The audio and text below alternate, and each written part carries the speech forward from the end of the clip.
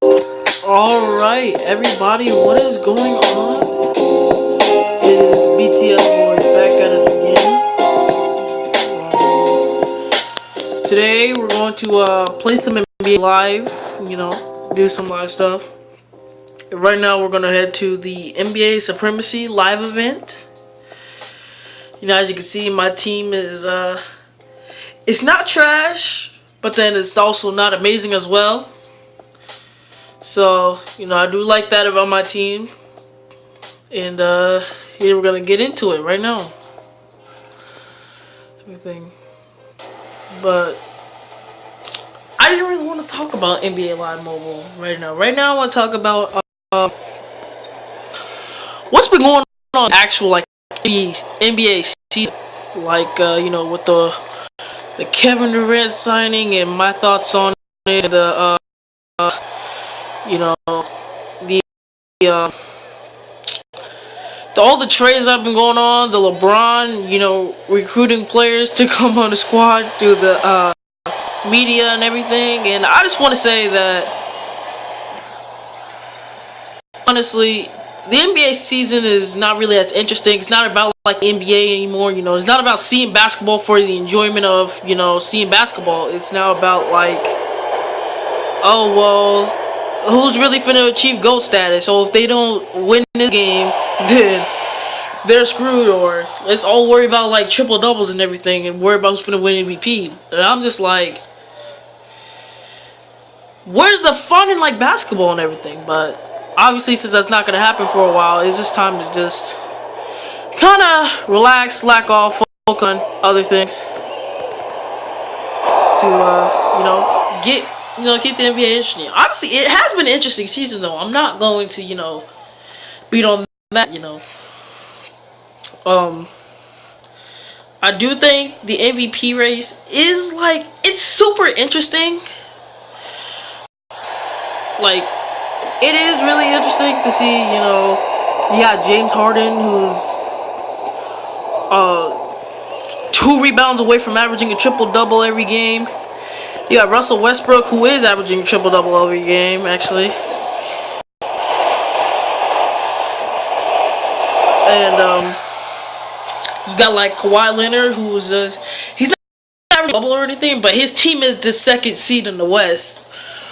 And I think they're according to the standings, I think they're the number 2 in the league, actually.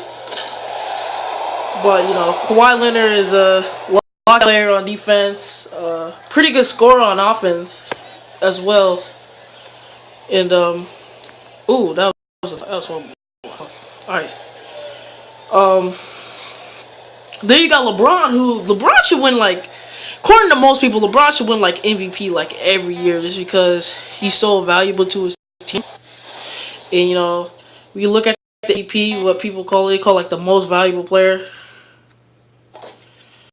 So that's why people think LeBron should win MVP and everything. And you see me taking the L right here. I gotta restart over. But it's definitely an interesting NBA season right now, and it's honestly really cool. Really cool, but also really annoying at the same time because it's not 100% about basketball. And right now I'm going to start with like, I guess since we're on the topic of like MVPs, I'm going to start with Russell Westbrook, who most people want to win MVP just because Kevin Durant left his team and they know that he's leading his team to the playoffs and blah blah blah. But if you look at it like if you actually watch the NBA season, like you would see how like he does his triple doubles. I mean, he's shooting 39% from the field, which is not really that good. And people are gonna be like, "Oh well, he shoots the ball all the time." Well, I'm like, well, even when he tries to like pass it to people, it's not like they're 100% good passes. Yeah, he averaged 10 assists, but it's not like all of his passes are like A1 and perfect. Not like a Chris Paul pass. No, they're sometimes it's hard for his people to catch the ball. Sometimes sometimes this is a pass that shouldn't even been thrown. Like his basketball IQ, I mean, some people say it's high, but he just like do what's best for him instead of what's best for the team. And that's why I think he would like lack as an MVP. Like you don't want a person who just thinks about himself. You want him to think about his team and the league, because the MVP is the most valuable person to the league, not to your specific team. So that's where LeBron kind of gets kicked out of the MVP race. And then actually wanted to win MVP, James Harden. He's playing phenomenal this year, but I'm gonna say he does have turnovers. I mean, a lot of turnovers. But virtually, like Rockets are the 3rd seed, though. And you look at the Thunder. The Thunder are the what seed? The 5th seed, I believe. And I'm talking about like usually when the MVP wins an MVP, usually one of the top dudes in like the in their conference. One of the top teams in the NBA. If Westbrook can somehow miraculously get to the 3rd seed, then it's not happening for him. One thing I want to talk about too is Westbrook's like triple double. Like James Harden is 2 rebounds away from averaging a triple double, and most people are gonna discredit him for winning MVP because he's not doing that. And I'm like, well, I mean, if you see Westbrook, play, like if you actually legit watch Westbrook play, you see that like teammates will box out everybody else, so he's the only one that can get a rebound. If James Harden had his team do that, James Harden would like 12 rebounds a game. He would be averaging a triple double, but he doesn't do that. He plays the game how it's supposed to be played. And I know most people hate on James Harden's defense all the time, but that's him. That's like if he wants to do that, then he wants to do that. That's him not playing defense. But you're not gonna sit here and tell me that the rest of the league plays defense just as well. I mean, like you see, like Curry and start Curry. Curry, it's like every time he plays like a good point guard, a top 10 point guard, he might, he's not gonna get locked up because point guards you don't really see that many good defensive point guards. But neither are his people that he's playing against. Like, when he plays against Kyrie literally exposes him every game. Now, and I don't want to use expose like, every single game he exposes him. But, like, most of the time, out of all the times you see them play, Kyrie's averaged against Curry more than 20 points. And if you let your person score 20 points on you, that's like, you're not locking them up. You're really playing bad defense. And that's where I want what's his name, Kawhi Leonard to win, honestly, because I want Harden and Kawhi. Those are the 2 people I want fighting for the MVP right now because they are really excellent players. You see, Kawhi will lock you up on defense no matter what position you're playing. I don't care. Kawhi will lock you up.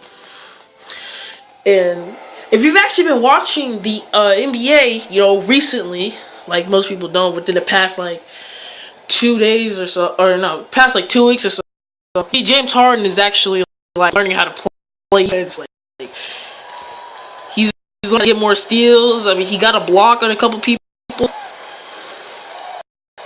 and he's playing offense and stuff. He's playing, trying to.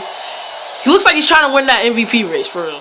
Like, trying to win the MVP because he's playing, he's doing what he needs to do to win.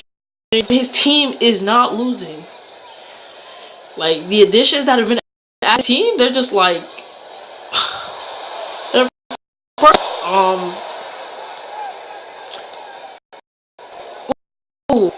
think it's either who won the 3-point contest. I forgot his name, but the person who won the 3-point contest, he's doing absolutely well right now. Lou Williams is a very underrated like player, but Lou Williams will literally drop if he really wants to. Nene is a good player. Trevor Ariza is a good player. He can give you 20 points when he needs. Nene, he's a good player. And then you got Harden, of course, and then Harden knows how to get his teammates involved. Like his teammates will take a lot of shots. more shots than all of Westbrook's teammates combined.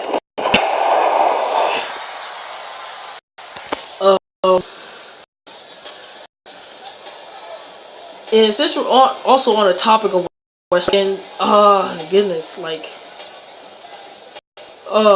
you seen the Warrior versus Thunder game 2 days? I think it was like 2 days ago.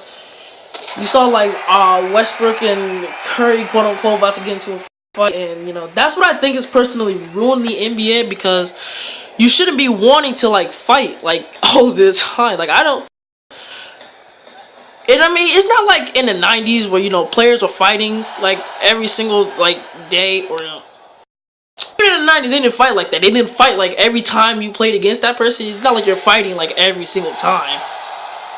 I mean, you probably do it most of the time, but like every time the Warriors and Thunder go up against each other, it looks like oh well, somebody's gonna fight here with a broken nose or something. And then it's not even just the Warriors and Thunder.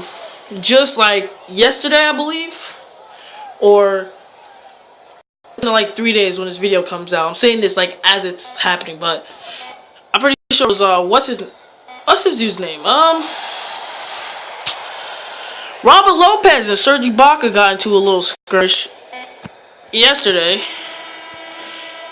So that's happening, and then a lot of other players. You see the Celtics and Washington Wizards rivalry. They're fighting for the top second seed in the Eastern Conference, and they're fighting over that. And it's personally like me, I'm thinking like, does there really need to be all this fighting? Because I honestly feel like it's kind of ruining the enjoyment of watching basketball if you have to stop, like, so these people can get a fight and everything, and you can see these people get a technical and get kicked out of the game. I'm like, that's low key not like good. It's losing your views and everything.